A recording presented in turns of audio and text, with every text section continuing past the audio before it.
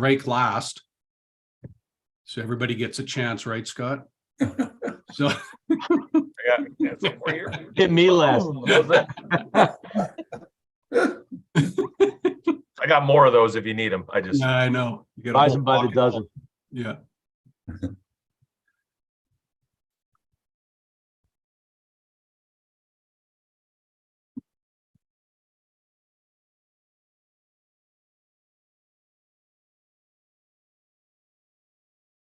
All right, looks like we're starting. Here we go. Good morning, everybody. MPI has begun another broadcast day.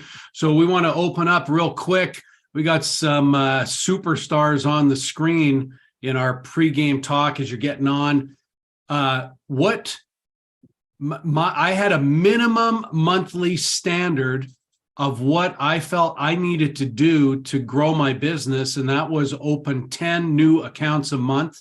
10 new accounts a month forced me into new client markets every month, forced me into markets where I could do insurance, forced me to recruit, because to do that, I really had to book 10 kitchen tables on a weekly basis.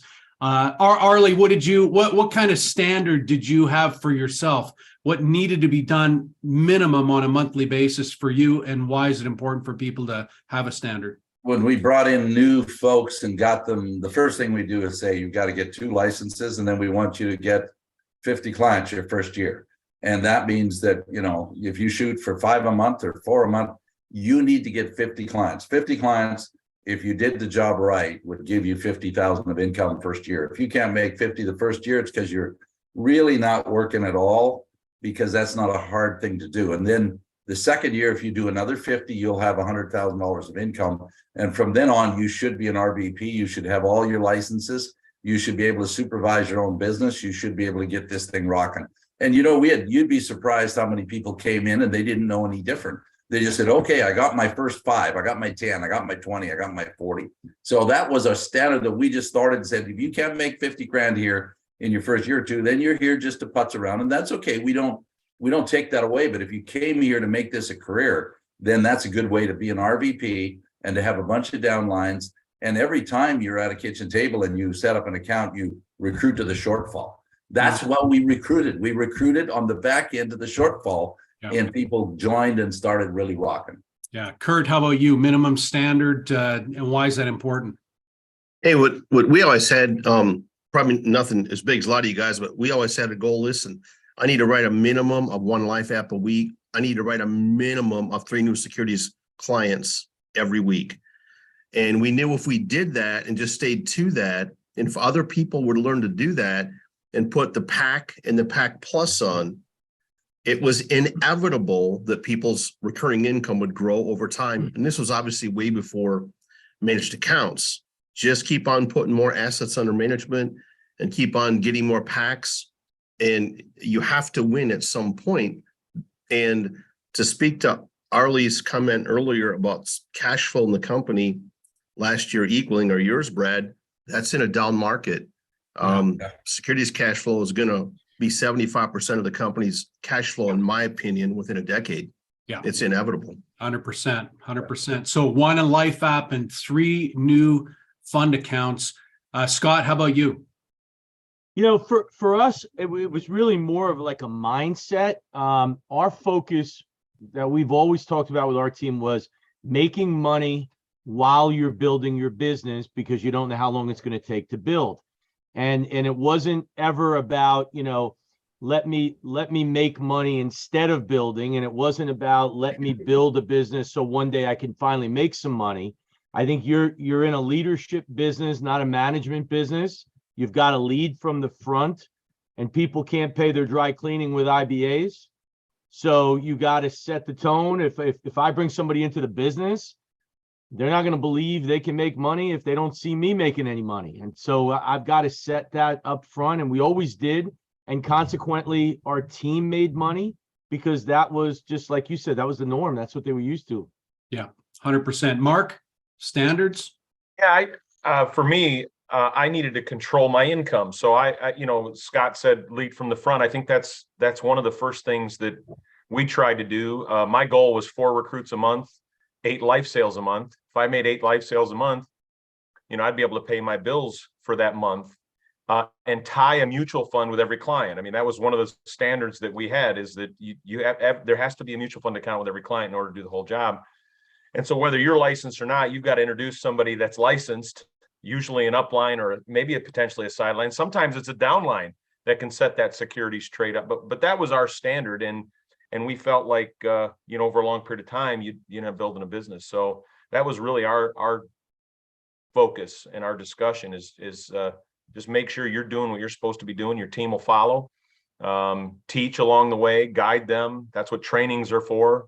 They're not for motivational talks. They're for teach and train. And so, yeah. Awesome. Mike, last minute before we get to Ben, standards. Ours was still to this day, if you're part-time, 6 appointments, full-time, 12 to 15. And what that equates to roughly is between 8 to 10 new securities trades every month. And when I will look back at my own personal, that's actually what's happened. And so you can never go wrong with having the activity. And just like the rest of the guy says, lead from the front, and it'll all take care of itself. Yeah, Ben, I did a mentor call this week. Someone brought you up and said, well, Ben said, and they're newer in the business, and they said, well, Ben said I should just be working with older clients. And I said, no, Ben didn't do that in the beginning. Maybe once you go out and get your first 500 clients, now you start paring them down to the most profitable ones. In fact, someone told me you should have your clients set up in A's, B's, and C's, where most of your energy is going to be spent with your A clients, and you're automatically going to slowly move into that kind of market with your business, right? Well, I don't think the person that said that, their list is probably not big enough to have enough 6 in order to go C. I mean, so to your point, I just got on as many appointments as I can, and then began to understand the market that I wanted to be in. But obviously, you've got to build a client base first before you can consistently get into that market like more often. So, yeah. All right, man. All right. Appreciate it, man. Well, I'm excited to have Todd on today. So just so you guys know, he's doing 20 by 20 and doing about $2 million a month in securities. So it's good to have him on because he's doing both. So many people, just kind of recruit and really don't do the full job for the client. Unfortunately, a lot of people that do securities but really aren't building. So it's good to have him on. I'm looking forward to it. And I just want to say before I cover a few market updates and a few things that are important with doing client reviews is kind of go back to why we do MPI, why we do a securities boot camp. So for me, it goes back to I used to do a securities boot camp for my team. And I always kind of think about like I want to be the change that I want to see in the world, right? So nobody hates meetings more than me. I'm certainly not a person that likes to hear myself talk. I really don't like these meetings. The reason we do these is because they help people. That's the number one reason that I want to be involved is I feel like we're making a difference. I feel like it's helping people. Growing up in the business, I couldn't stand going to Primerica meetings, and all I felt like was people were trying to re-recruit me into the business. I'm like, wait a minute, I'm already in the business, right? Why can't we actually teach people something that's going to help them go implement right away to build their business and make more money? I often felt like we always heard the same people at Primerica meetings talk, which I found to be exhausting because I feel like some of the best talent we have in the company are the people that we never get to hear from. So obviously that was important to me. And I think one of the things I think is important is whenever you hear speakers, whenever you hear the meetings, like don't go change everything that you do. Don't be the flavor of the month Primerica business. But what I'll say is if you stay humble and you listen to a few key points and then implement it and make it your own, I think that can help you, right? So the whole purpose of this is as you get better, your business will get better, your business will grow. And honestly, you know, who you are and you getting better is going to be obviously delivered to your client base and your team, right? We're paid in direct proportion to the value that we bring to the marketplace. So that's what Thursdays to me is all about. if you can increase your confidence and increase your conviction, then you're gonna be a better advisor. You're gonna build a bigger business, and nobody hates wasting time more than me. So we hope that these Thursdays are very helpful. So I want to just go over. I did this with my team a couple weeks ago, so I just want to real simply. I know it's might seem overly simplistic, but I find so many people, especially new people, don't know how to do a client review. And you're going to hear from Todd today. A lot of his business is just coming from the compounding impact of taking care of people and getting a ton of referrals. But I want to just go through the most important things when you guys do a client review. Again, guys, if you think that you're going to just use a CRM program and your phone's going to ring off the hook, that's not accurate, right?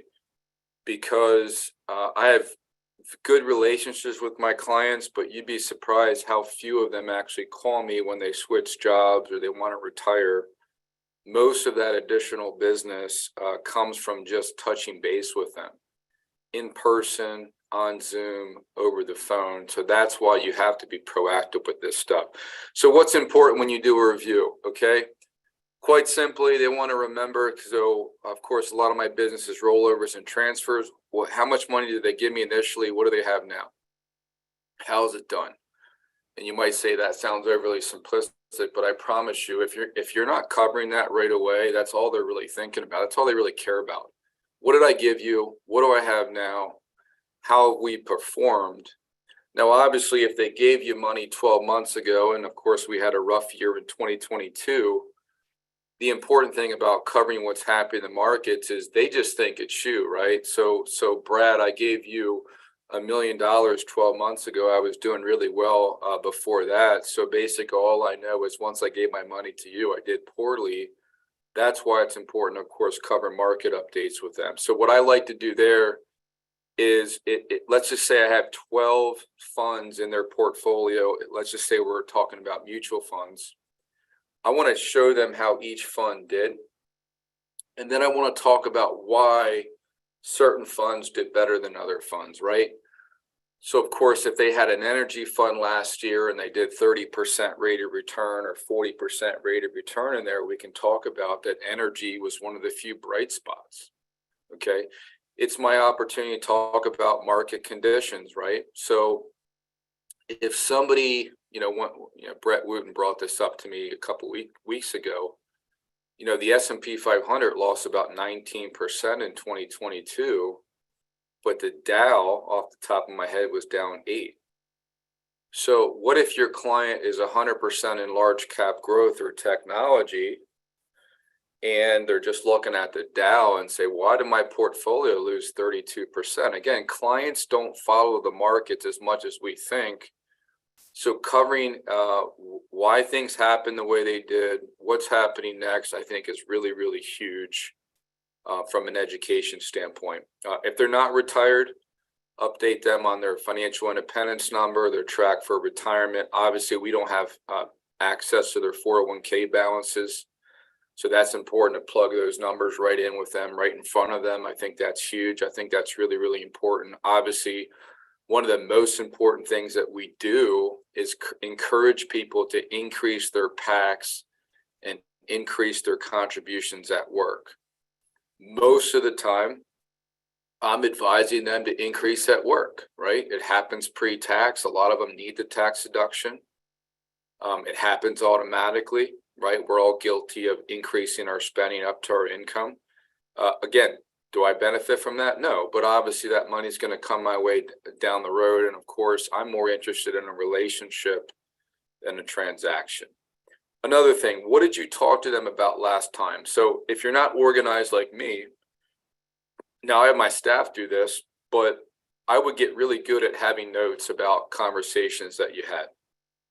Because if you have a lot of clients, you might forget names. You might forget situations. You might forget what accounts they have.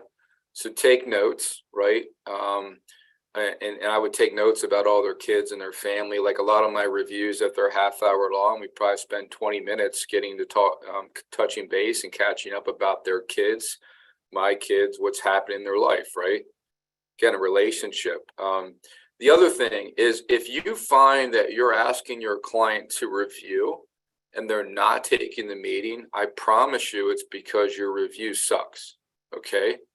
All you're doing is you're printing the statement off and you're showing up, whether it's Zoom or in person, and you're going over their statement and you don't really have a new idea or strategy. You don't have anything prepared.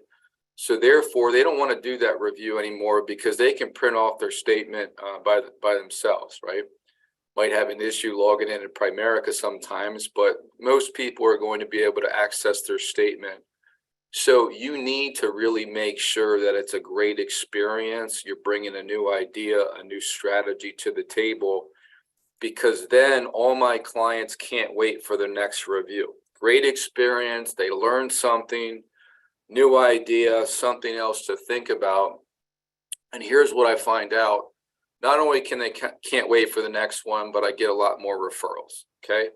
Obviously, one of the last parts of that review is bringing up the introduction type conversation to their family, their friends, their work colleagues, etc. Right? What else are some key points? Okay, should they rebalance their account? Should maybe they move money to a managed account or an annuity? Has anything changed with their goals? Now, again, as I go through these points, and we'll post this on the MPI Telegram. Obviously, we're not going over all of this during a review. I'm just giving you guys some different things to think about that I think are important. A lot of our clients need to do in-depth tax planning and estate planning. I mentioned many times that a lot of advisories will actually include, as part of the advisor fee, part of that goes to tax planning and estate planning. Really, really important. You want to get in a higher net worth client, you need to make sure that your clients have good tax planning and estate planning strategies. You should probably have at least 5 CPAs and estate attorneys in your back pocket that you reciprocate relationships with. When should they take Social Security? Again, for a lot of people, they don't want to make that mistake of when to take it. It's a one-time decision, right? So coaching them through that process is very important. Pensions, very, very important. Obviously, the 59.5 and older market is where I spend most of my time helping people with in-service rollovers. Should they increase their PACs at work, right? So the change from 6,000 to 6,500 in the U.S. under 50, and then 7,000 to 7,500 over 50. And the increased ability in 401ks, it's a reason to talk to people, right? Does a Roth conversion make sense for them? Oftentimes, it's a great strategy to help people. Maybe they should think about that. Obviously, many people aren't refinancing now. We saw interest rates go from 2.5 last January to 6.5 or whatever they're at now. Maybe update their debt snowball plan. I have several clients that email me once a year and they want to plug in their new debt snowball, right? So that provides a lot of value. Update beneficiaries. Divorce is obviously too high. A lot of people really, really need to update beneficiaries, address, emails, phone number. Just getting their tax documents right now is providing a lot of value. What I do is I'll get the CPA or tax preparer's information, and I'll send everything directly to the tax preparer and have a conversation with them as well. Obviously, if I think about the average CPA has 1,000 clients, I get a good relationship with the CPA. It's a lot of potential referrals, right? So all these opportunities that you can use to get additional business. Have they taken out their RMD? Really, really important. Obviously, there's a penalty if they don't. It used to be 70.5. It changed to 72. Now it's 73. Really important. Give them direction in the allocation at work. Medicare is very confusing. Advantage plan is very confusing. Coaching them through this process. Guys, there's so many things I help people with that I don't financially benefit from, but I promise you it strengthens the relationship. And I get a ton of referrals because of it. Do they have assets that you are not managing? You'd be blown away how many times they don't call you when they switch jobs. Liquid cash. One of the things I'll just mention real quick from, and I think I mentioned this last year, but if you study the large banks, right, you remember the whole too big to fail, or right now we're too big to manage. If you think of some of the largest banks, there's more derivatives and junk on those banks' balance sheet than what we had in 08. So if you feel like there could not be a banking crash, right? So you might not realize this, but we were about an hour away in 2008 from the whole banking system collapsing before the government bailed it out. But if you feel confident that the government's going to bail out the banks again when they're doing the same stupid things, I don't know that I can get behind that. Again, am I doom and gloom? No, but I think there's zero reason for anybody to keep a significant amount of money at the bank with potential bank crashes, bank failures, and certainly it's not keeping up with inflation. So we need to get money off the sidelines. Remember, if your client goes to the bank today and says, I want $100,000 in cash out, they're going to say, hey, Mr. Lanty, come back in a week, because they don't have the money, right? If the money's with American Funds or Franklin Templeton or Invesco, they're not commingling the funds with everybody else's money. So I think it's time to get money off the sidelines. Should they redo their life insurance benefits at work? Guys, it's overwhelming. The HR people just throw a big book at them and say, figure it out. They have no idea what to do. Walking them through that is valuable. 529 UTMAs, that's a hot button. If you've got a marketing mind and you need to get more appointments, right? Become an expert at kids accounts. 9 times out of 10, people should focus more on retirement than the kids because they're underfunded in retirement, but it's a hot button. Should they consider working with us part-time? Should they do a wellness workshop at work, right? So once you get really, really good at the business, if I'm meeting with Todd and his wife today, Todd and his wife, it comes across as I'm focusing 100% on them and helping them. But I promise you, I'm thinking the entire time, who does Todd know that I can get in front of? Okay. So your clients can set you up with a workshop, financial ministry at their church. I've got that down where I can do one meeting, or maybe if they've got a Wednesday night Bible study, that maybe I'll condense it to 4 weeks, right? Or I'll just show up for the last night of the Dave Ramsey class and answer questions. Strategies to save money on taxes, that's huge for people, to walk them through that and coach them through that. Maybe a home and auto insurance conversation. But before I end a review, I always have a conversation about introduction and referrals, and I make sure that they send a group text to the actual specific family members, friends, work colleagues that I want to talk to before we end that meeting. So some of you wonder why you don't get referrals, because you just don't really have a good process to making sure it happens. Other key tips, okay? Again, if you're a professional, these are important. Have you ever asked them for real feedback on how you can get better? So if I'm meeting with Mark Drake and his wife, I might ask Mark, hey, Mark, I'm always looking to get better. We're always looking to improve our systems, our follow-up, our service. Could you give me any feedback on things that I could do to bring you and your wife more value? Okay. I want my client relationships to be as good as possible. I want you to be happy. I want you to feel so comfortable that you can refer me to the people that you care about. How can I get better? What can I improve? What are their expectations, right? You should have asked them that the first time you met, but revisit the expectation. The other thing is, always make sure you're addressing their most important question, because you could spend a lot of time talking about stuff that they don't really care to talk about. Right? So as Covey talks about, seek first to understand. You got to address their most important question, their most important concern. Obviously, logging into accounts is a big annoyance for people. Make sure that that's fixed. Taking time to educate them on the front end. Really, really, really important. Okay. So, and guys, that's it. But again, is that everything? No, but that's kind of a simple little starting point that can help you guys in terms of what to do on. I think it's a phenomenal time to do reviews. Obviously 2022 was a rough year. First time in history that both stocks and bonds lost over 10%. Very, very good time to review. Listen, guys, if you don't do reviews, your clients are going to move their assets, bottom line. Okay. If you don't take care of your assets and take care of your clients, somebody else will. So it's really, really important, and you'll be blown away how many referrals. I don't ever have to work to get at meetings anymore, period, because I just built a client base and I took good care of them and stayed in touch with people. So we'll bring Todd on. Hey, Todd, appreciate you coming on.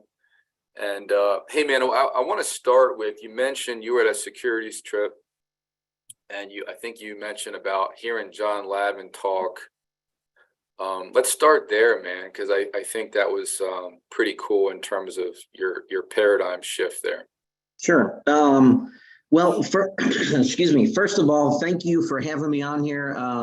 It's an honor to be on here, man. And I think we all owe a lot of gratitude to Ben, just for, the willingness to be on here, to line up speakers, to, always try to bring value to areas where I know when I started, I came out of an office, Ben, that I was recruited probably the wrong way. I found a newspaper ad, so I was an ad out of the paper. That's how much someone believed in me right there. And when I came in, I basically signed up and did my IBA and Elisa's, even though she wasn't there. So when I went home and I told her I spent $398, and I was trying to explain to her the rule of 42, because I'm such an A that it really is hard for me to pay attention. If any of you have ADD or had problems in school, welcome to my world. That is, we can relate. I was never an extrovert type person, but I got excited and I told her I'm going to be some vice president of a financial company. I basically told her I was going to be the vice president of Citigroup, and that I basically was trying to explain the rule of 42. Now my wife's sharp, so I did it a few times and she said, please don't tell me you paid them money. So that was how I got started. So it was kind of that's our start of the business. But yeah, a couple of years ago, I was on a securities trip, and one thing we decided early on is, we wanted to be both. I wanted to be a builder. I wanted to be I wanted to be good at securities. I wanted to be good at, life insurance. I wanted to be good at anything that we are representing, because we're leaving money on the table elsewise. But John Lavin said on a securities trip that he just loves securities trips, and the volume was getting harder and harder for him to win on his own pen and in his base shop. So he basically made a goal that he didn't want to lose securities trips. So he started really focusing on licensing, and then he was #1 in securities licensing. And then from there, he won on volume all the time. I took that to heart a couple of years ago and just really focused on that. And I think we had 9 in our base last year get a securities license. We had 4 in the base get a 65. We're just focused right now. We've got 29 in our base that have a securities license, and what did I say? 67 in the base. So in the hierarchy, I'm sorry, 29 in the base, 67 in the hierarchy. We're just, we're trying to get really where people come into our business and you get fully licensed. See, right now, I think it's a unique time when you can have the conversation of an MLO, right, which is a mortgage loan originator, right, in the States here. I know we have Canada on here and everything, so every state's a little different. And I know that it's in a kind of beginning stage, but I mean, there's people who have made 2 diamonds off that last year, right? And then we've got a 65 in the same roof. That's a unique thing to the financial services arena. Think about that for a second, right? You've got an MLO can have a conversation. If you go to any MLO and you have a conversation, then you switch it to managed accounts, or you switch it to mutual funds, or you want to have a conversation about ETFs, they're going to look at you like you're speaking gibberish.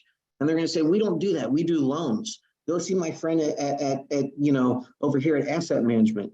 And then you're going to go to the asset management guy. And if you start using terms with the MLO, he's going to say, no, we don't do that. We have a competitive advantage right now in my opinion. But anyway, I don't know really So- where we want to go with this. I can jabber on Yeah, forever. so I want to ask you, obviously you have a culture of doing the full job. You guys just don't recruit and throw a bunch of people against the wall. You teach people to get licensed and do the right thing for client. Talk about your licensing system, because you guys are really, really good at helping people pass the test. So can you expound on what you guys do there?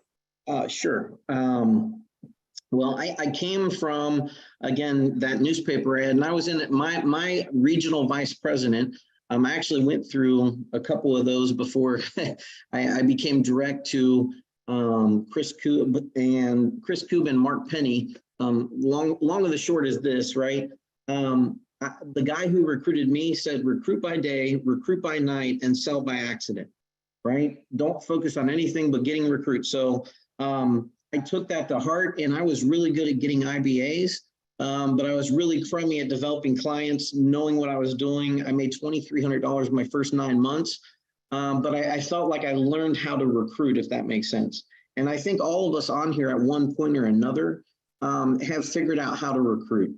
It's really tough, I think, in my opinion, and this is just me speaking here. Again, this is my humble opinion. Focusing on developing business. I've never been good at sales. I've never been good at developing referrals. I've never even really been good at following up with my clients. I've learned a ton of that from you guys, listening to Howard Lashner, and that kind of stuff is extremely helpful. But we were just, recruiting and, doing that. I would call ourselves Primerica recognition junkies in the beginning. Okay. We were doing whatever it took to get on the scoreboard, to get a plaque, right? But nobody was really making money. I realized it was way harder to continue to recruit when I couldn't retain people. So that to me really made me open to how do I get people to stick, okay? Well, one of the things we implemented is that you're not going to do a life app without a pack. Right, that's included. Now you can write a life app. I can't stop you writing business in the company, but I don't have to recognize that premium towards your promotion or towards any of our contests if it doesn't include a pack. Okay, the home office did a thing years ago, and I remember this like yesterday. They said if you have one product, so if you just sell, Primerica term, right, and you just sell that one product, you've got a 33% chance it stays on the books. Okay, if you have two products, right? So you have a pack attached or something else, it's a 65% chance. If there's 3 products, it's 95, right? I don't know about you, I like 95 a lot more than 35. And over time, I would lose people because they'd get in chargeback trouble and those kind of things. So securities is a huge gap, right? To be able to, again, add those packs to everything. I think we all know that, okay? But I think it's just good to reiterate that. Licensing process. With us, Ben, it's an expectation that they're going to go to PFSU in class. We don't like, teaching people to go study on their own. We like the environment of PFSU. We've done a really, I guess, an intentional job to have a good instructor to welcome the class. Elisa and I do. We have people book their test before the classes, before Sunday at noon, and then we'll get them pizza, right? So we'll get them pizza, and Elisa and I will come in there and talk to them a lot of times on a Sunday. And if we don't, we just at least get them the pizza. And we don't care what office they're from or whatever. It's just getting people to book that test within 7 to 10 days at the end of that class. We find that is an 80%. They have an 80, I forget what it was, 82% better chance of passing the test if they take it within 7 to 10 days of class, because they'll remember the stuff better. The longer they wait or to get ready, they don't take it. From there, the SIE, we treat it a lot like just, hey, this is how it works. If you don't know any different, then you're going to follow the system. My wife is awesome at just setting up the SIE class. We have them stay after. They have to be life licensed, right? And then we teach them the steps of there. With us, it's we actually borrowed it from a guy in Coob's hierarchy named Dave Fagan. And it's basically, you read that you go and take the test, right? And you go back and you rewrite 3 times when you get things wrong. and then you go and you just do the whole Q bank versus full of questions. It's about 3 hours a day. I always tell people, hey, what's it take to get a degree? Right? It takes 4 years of your life, right? 4 to 5 years. How many tests do you have to take? Literally hundreds, if not thousands of tests in those 4 years, right? How many hours do you have to spend studying? We're going to ask you to study upwards of maybe 3 weeks at 3 hours a day. But that's going to avoid 4 years worth of debt, number one, and 4 years worth of your life. And this is a guaranteed position you already have, and there's already a market for what we do. How often do you run the SIE class? Right now we're doing it like once a month. And then Okay. because they get flashcards, there's a little bit more of the steps I can kind of cover, but it's kind of what we're doing right now is a little bit of a hybrid of what we did with Dave Fagan system, and we now got flashcards and we're taking Jeff Tharp's Zoom class. So my wife has got a checklist that she's really like developed and working on. Just get with me, Ben, or whatever, I can get it to you. And my guess is people are following through because now their classmates and peers are, and they don't want to be the one idiot that doesn't follow through and gets Exactly. Okay. And it's a psychology because we're buddying them up, and you'll quit on you, but you won't quit on them. So next question is, you are, I think you said close to #1 in team cash, which to me says a lot because you're getting people to make money, which of course gives their opportunity credibility. It's going to keep them around long term until they figure it out. So you're really intentional with that. Can you talk about some of the keys there with helping your team make more money?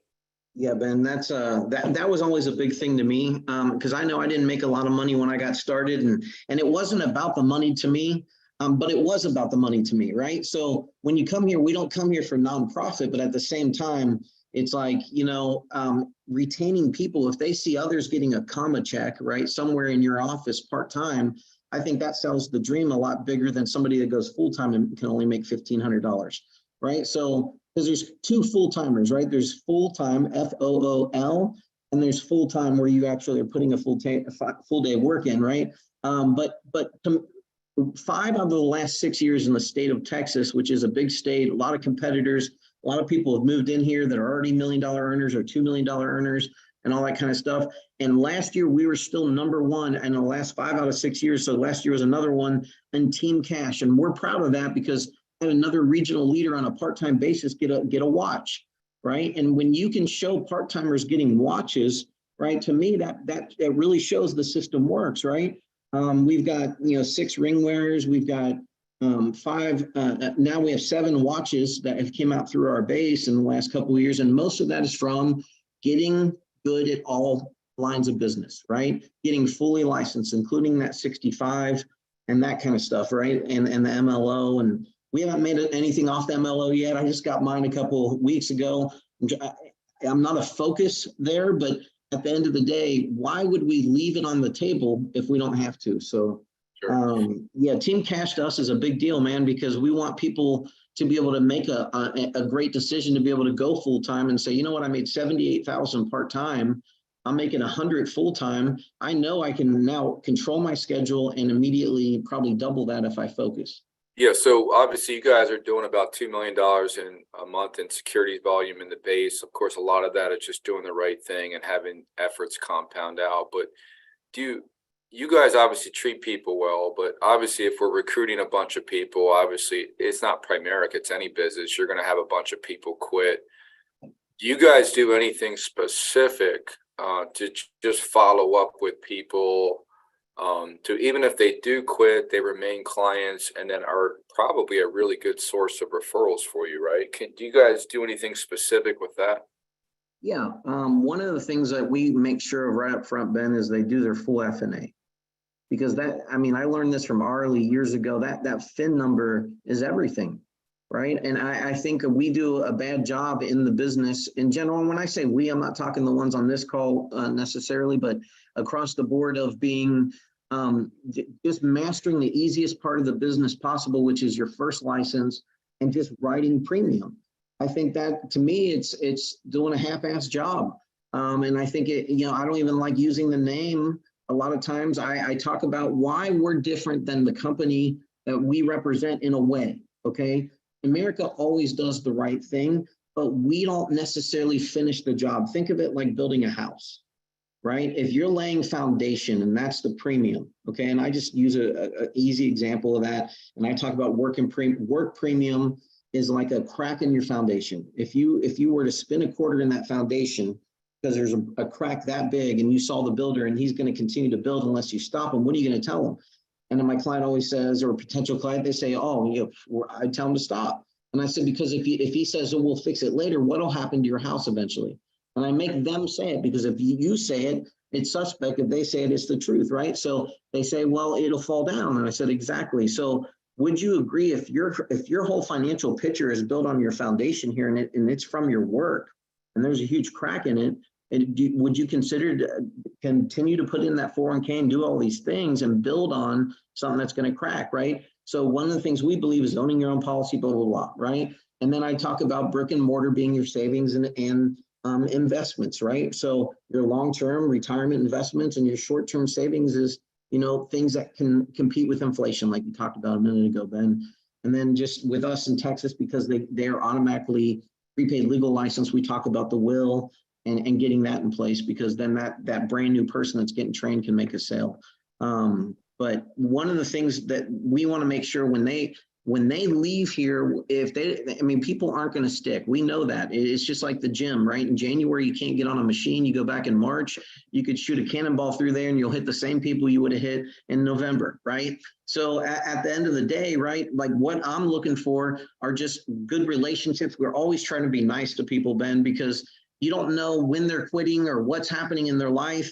A lot of times, maybe they're a little younger, the timing wasn't right, they didn't have credibility at that time. Later, they get married, they have a couple children, they come across you again. You want them to be your friend.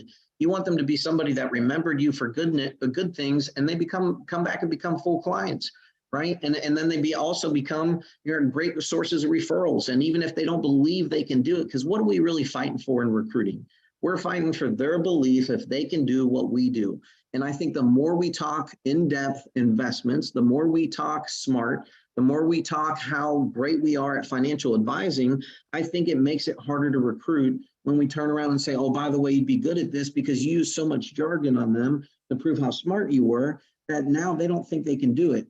I try to dummy things down. I don't consider myself a big intellect, okay? I consider myself somebody that, I'm smart enough to do what it needs to get done to be successful. And I don't even personally like people, to be honest with you, okay? Like my hatred towards mankind was like here when I found this business, but my desire to be successful is just a little bit higher. Does that make sense? And I came from a military background. People weren't real great to me growing up. I grew up without a dad. I had some challenges. I didn't think I could do this, but I knew I could at least beat somebody. And when I went to the convention, I saw a bunch of knuckleheads wearing this ring, and there's like at least one or two people that were just, no offense, but I thought, well, shit, if that guy can do it, then I can do it, right? And that's basically how I did this business, is just figuring out a way to edge out the competition and figure out how to retain some people and find some people that are willing to get in the foxhole with you. Because at the end of the day, every one of us on here that are leaders, man, we've got a wealth of knowledge. Like the amount of knowledge you've got, is phenomenal. Why not pour that into some young new people, right? And get recruiting going again. It'll light you back up, man. It excites me when I get new people, Ben, that are younger and they're really willing to take us serious, right? In the coaching. And anyway, sorry. So again, you're building and you're doing securities. You're doing both. So obviously discretion is the enemy of duplication. So we obviously have to keep things simple. Are there any go-to like presentations or security systems that you try to train on to get people proficient at investments as quick as possible? Yeah, actually, that's great. A question number one, and yes, I want to keep it simple. So I actually do have one pulled up in the background here. Let me see if I can share my screen. Let's see what that is. All right, hold on 1 second, guys. I believe no. That is the other one. Hold on 1 second. So one of the things I always do is just a simple Morningstar sheet.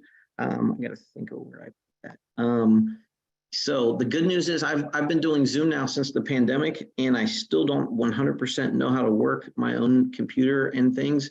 And we've done all kinds of business. It's amazing. It's amazing how much people trust you if you just talk like you know what you're talking about. Anyway, so let me pull this up real quick. This right here. So Ben, I just try to keep it to one page. I try to keep things simple, right? So you can get this right off of Morningstar, off of POL. This is just, and I'm not trying to say that you need to use this fund or use this family or this is, I don't care who you use or what you do. I think you just got to keep it simple for the client. I think you got to keep it simple for the guy that's sitting next to you that one day wants to be you. I think we need to just duplicate it. So to me, this is just a simple Morningstar sheet. And what I do, I start at the bottom. I explain who Morningstar is. I circle that.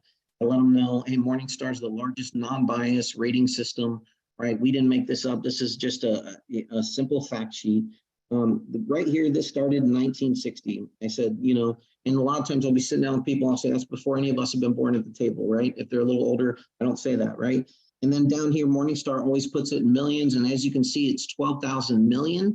Anytime you have 1,000 million, it's a billion. So that's $12.1 billion that's being managed in this account. And these fund managers have been there and voted in every single year to manage that kind of money for 19.8 years. So let me ask you, do you think they're pretty good at what they do? Yes, right? Does that make sense why I like that? Okay, great. And then I'll just kind of, you know, come up here and I showed just the simple things, right? When I talked on there, we talked about 9%, right? So since inception, this has made what? And they say 9.92, okay? Now there's gonna be times, like look at the last year right here, it's down 7, okay?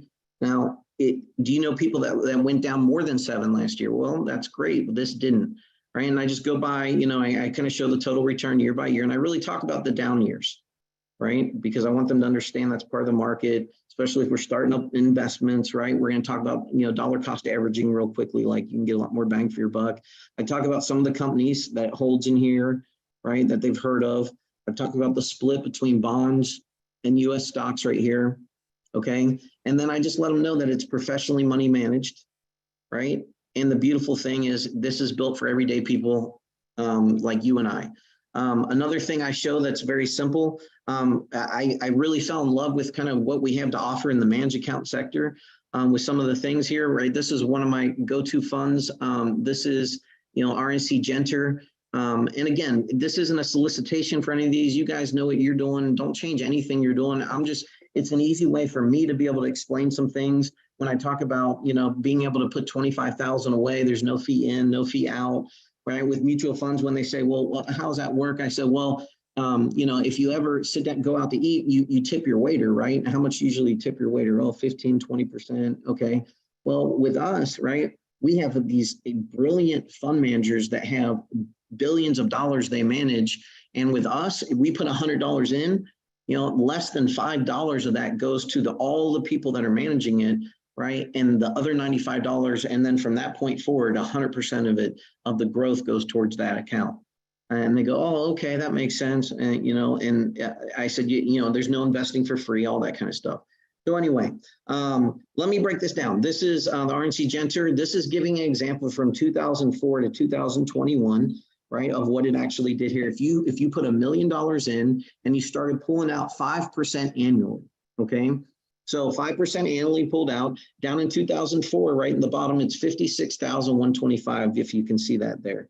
That next year went down a little bit from there, right? And then you had 2006, right? 2007 down a little bit, and then boom, 2008 happens. And I always ask the client, what do you think most people did right there in that case scenario? They put $1 million in. They pulled out 56,000 one year, 53, 60, 59, and boom, 2008 happens, 30% down almost. 42,000 is all you could pull out. What do you think most people do? And they say, well, they pull it out, they make a bad decision. And I said, but the difference is in this case, we have to stay in it, okay? Then what did it do the next year? Went up 15, up 8, up 2, up 6, up 21, up 1. And you get up to this point here where I let them know that you put $1 million in and you pulled out 1.2 million. So if you had a bank account that you put $1 million in and you pulled out 1.2 million, would you be happy if there's anything left? And they go, oh yeah. I said, guess what was at the end of this, right? So you put in $1 million and you pulled out 1.2 million. At the end of this, if you can see right there with the little chart, It's $1.9 million at the end of that 21 years or 17 years at the end of 2021. Right. And they go, wow. And I said, that's the difference of investing versus leaving your money in a bank, blah, blah, blah, blah. Right. That's the difference of beating inflation. So anyways, just kind of little things like that. And then I just tell them the concepts of a managed account. I tell them the concepts of, right. Another thing I like to do, Ben, and this is another simple just presentation, right? And I know we all have different thoughts. I mean, there's some people on here that only do mutual funds. There's some people on here only do managed accounts. There's some people on here that don't do variable annuities. There's some people on here that don't do the, like the 6-year buffered annuities and all that kind of stuff. One of the things I really like, right? If you can kind of look at a Lincoln, 6-year buffered annuity for the ones that have a little bit of, they're a little hesitant about the market, but they want to grow. They're not really looking at being married to the program and get a pension and that kind of stuff. Well, if you take half and manage half in that, and you really look at the overall fee, you just dropped it in half. Okay. And you gave them protection on one half of their portfolio. You gave them liquidity on the other half of the portfolio. You can get a little bit more aggressive with something kind of like this, right, on one half of that. And then that other half, you've got, again, at the end of that 6 years, it's freed back up and they could put it all back and manage. You've got some options then. So anyway, in a nutshell, I try to keep it simple. If it's 25,000 below, farm league, right? We're starting mutual funds. We're teaching them Roth IRAs. We're teaching them financial independence numbers is what we're really trying to talk through, and why the full FNA. I think overall, if you do the full FNA and you just get good at explaining one Morningstar sheet, you get good at explaining just the, getting your managed account license and explaining that and explaining things and give people options, and at the end of the day, the client, a lot of times they'll tell you exactly what they want and you don't have to get overcomplicated. I've never used a hypothetical. It confuses me. So when I look at a hypothetical, I don't want to confuse them, if that makes sense. And then I'm just going to stop my screen share up here somewhere. All right. So, yeah, let me comment on a few things. I think the Morningstar sheet with the equity and income fund is huge because you're highlighting what I feel like is most important, right? So if there's $12 billion in here, it's probably a good place for your $50 a month, right? It's averaged whatever 10% for the last 50 years. It has a track record. That's what matters to people. And then the visual of the Genter portfolio, I think it's helpful because again, people are visual learners. I think that I have 100% of my SEP IRA and Primerica in Genter's portfolio, and to be close to flat last year, guys, when it's basically 100% stocks is just a really, really good strategy. But to Todd's point, just simple things that you can have as a go-to, I think are huge. So, Brad, I don't know, Brad's not here. I don't know, Arlie's, Scott, Mark, who's handling questions today for Todd. Why don't we go there? Here I is. Todd, good job, brother. Thanks, Scott.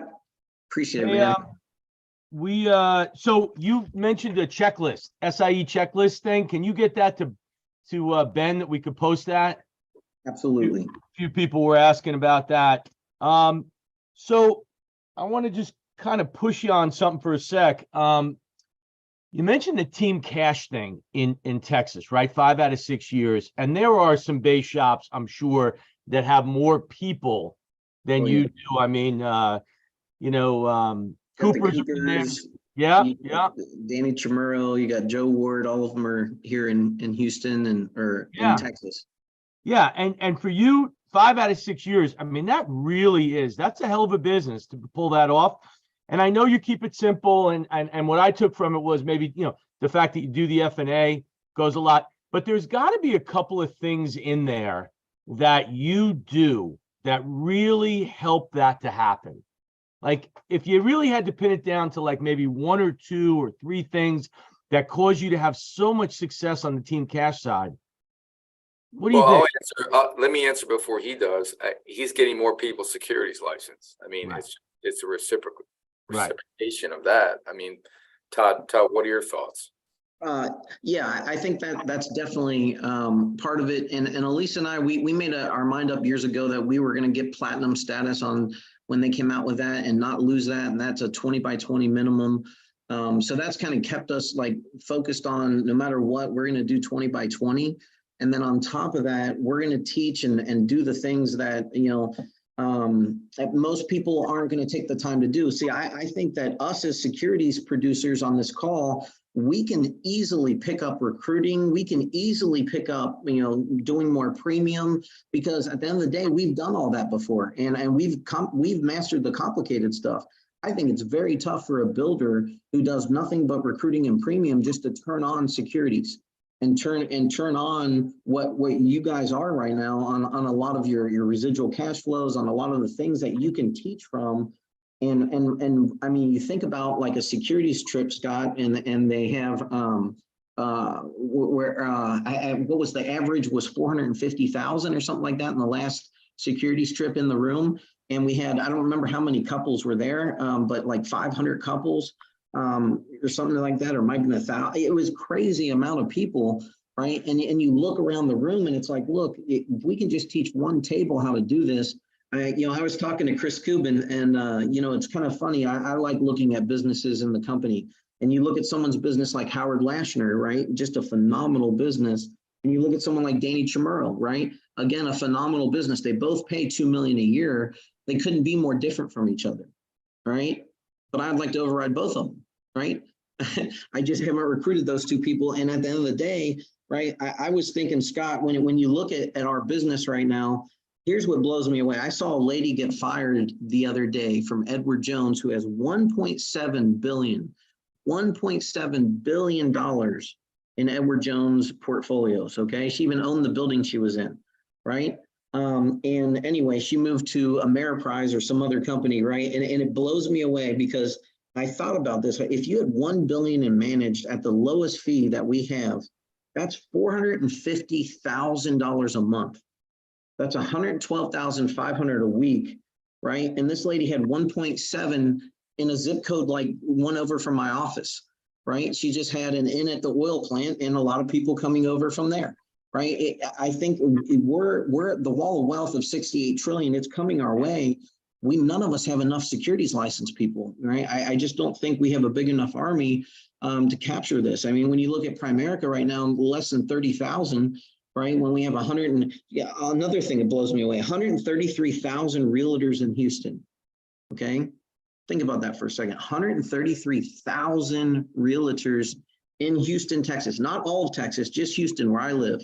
133,000. That's like right at what the size of Primerica is. And any given day, there's 7,500 right now to 8,000 homes for sale. That is a like 21 to 1 odd of being able to sell, a house. You want to talk about a tough competition, 2.2 million lawyers in America, over 2 million realtors nationwide, and we have less than 380,000 financial advisors. Think about that, 68 trillion coming our way. The average financial advisor outside of Primerica is 65 years old.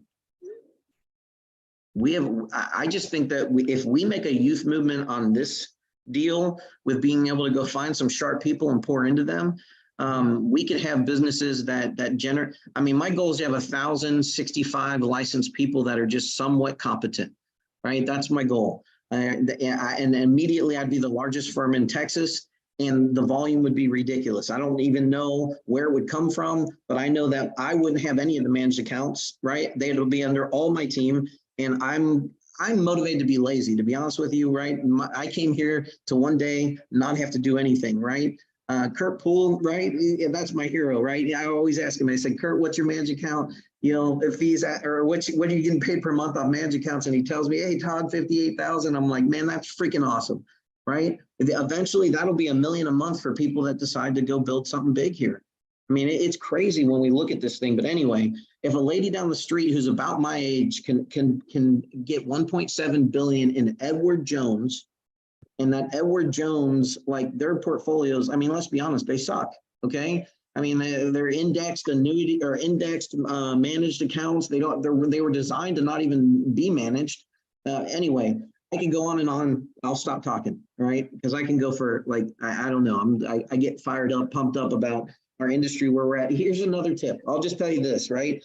Recruiting, because I had to really wrap my mind back around this a lot of times, guys. I don't want to recruit like anyone else. I didn't want to retrain young people like anyone else. I didn't feel like field training. I mean, Elisa and I, we don't have all the money in the world, but we've hit 5 million saved, right? And, you know, one of the things we came here to get financially independent. In our 12th year, we saved $1 million, and then the compounding, and it started growing. Like last year, we made like 580,000 in Primerica, and we made another 780,000, right? Well, 2021, I haven't done 22 is a bad market, but that year before, like just our investments made 780,000. And I think about that, and that generates $1.3 million to our family because we didn't quit.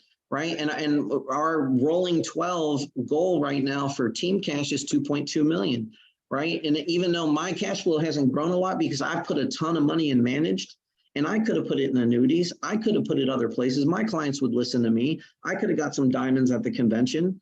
Right. I could have gotten some recognition. I could have maybe even got on the wall of fame or whatever. But I decided a long time ago, I don't care about the recognition anymore. I wanted to build a wealth Primerica business. I wanted to build something, it was turnkey, that my kids can take over one day, that's going to grow with or without me. And I don't really care about, and you can't take that plaque to the grocery store. If you ain't making no money, you could be the best recruiter on the planet, but I can't, I mean, the lady at the deal is going to be like, well, great, you're number one. Well, can I trade this for these beans? No, right? So, you know, at the end of the day, right, I don't want my people being broke ass people walking around, you know, feeling like they have to go write some stupid policy on somebody ain't going to keep it so they can win some freaking, I don't know, t-shirt and then be broke, you know? So to me, I know that they're not going to get licensed if I don't make them. And I know they're not going to stay here long-term if I don't get them licensed. Why the hell do I want to spend time away from my family and pour into people that aren't going to be in my business anyway?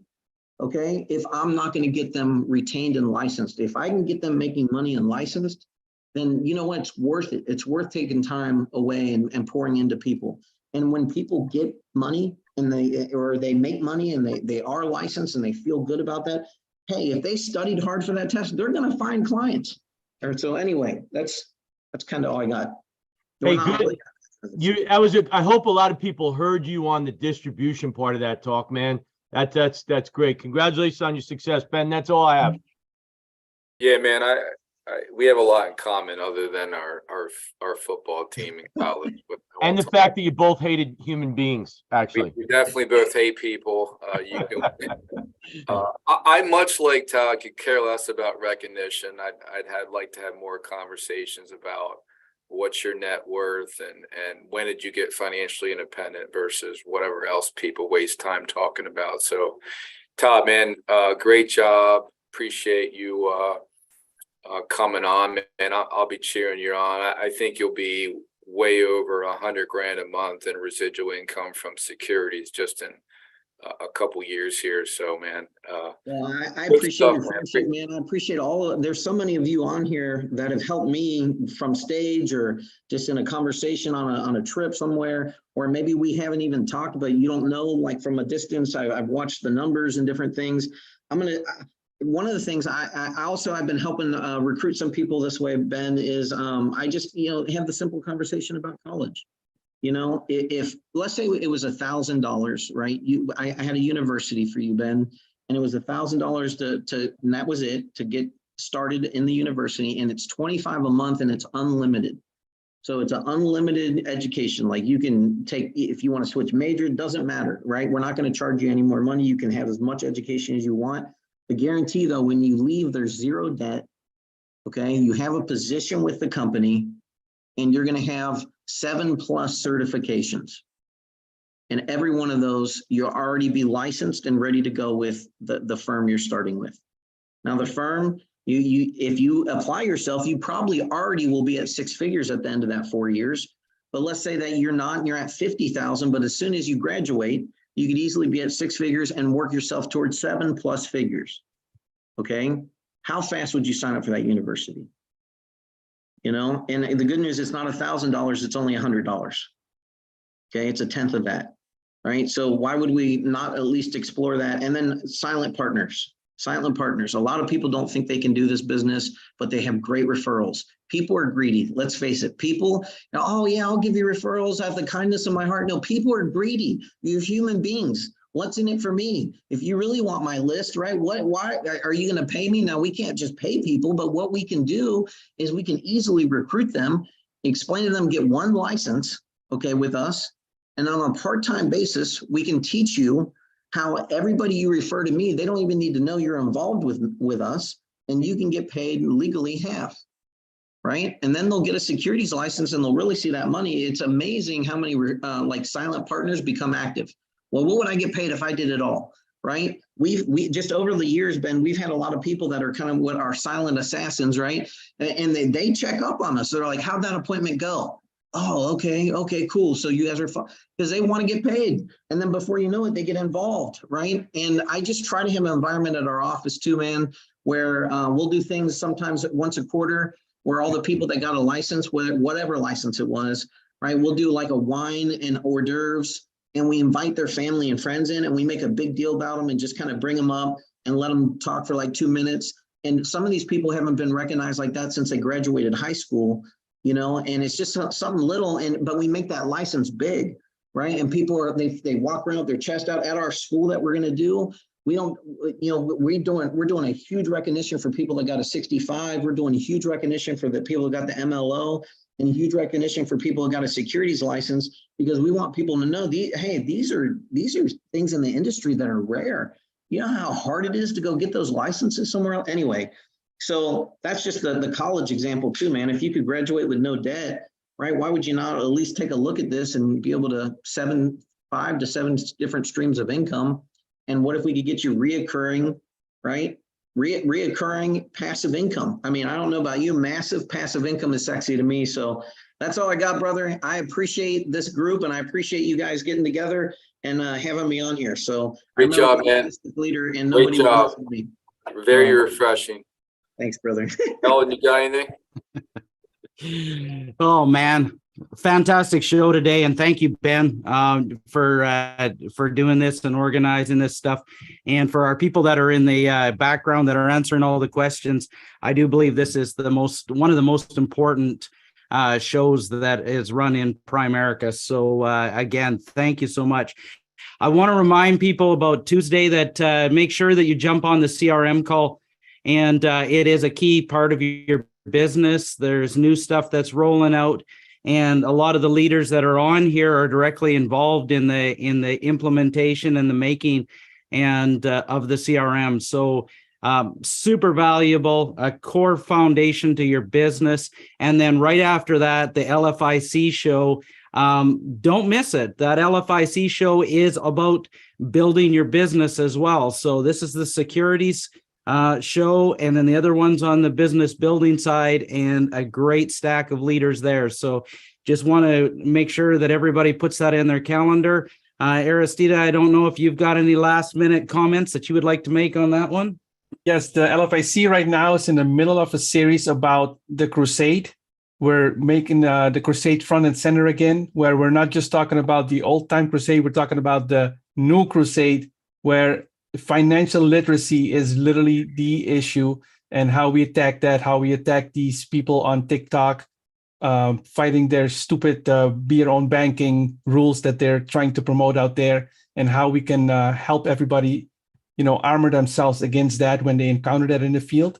And this coming Tuesday, we're going to have Jack Sapolsky, so don't miss it. Be there or be square. That's all I got. Awesome. You guys have a great week. Thanks, guys.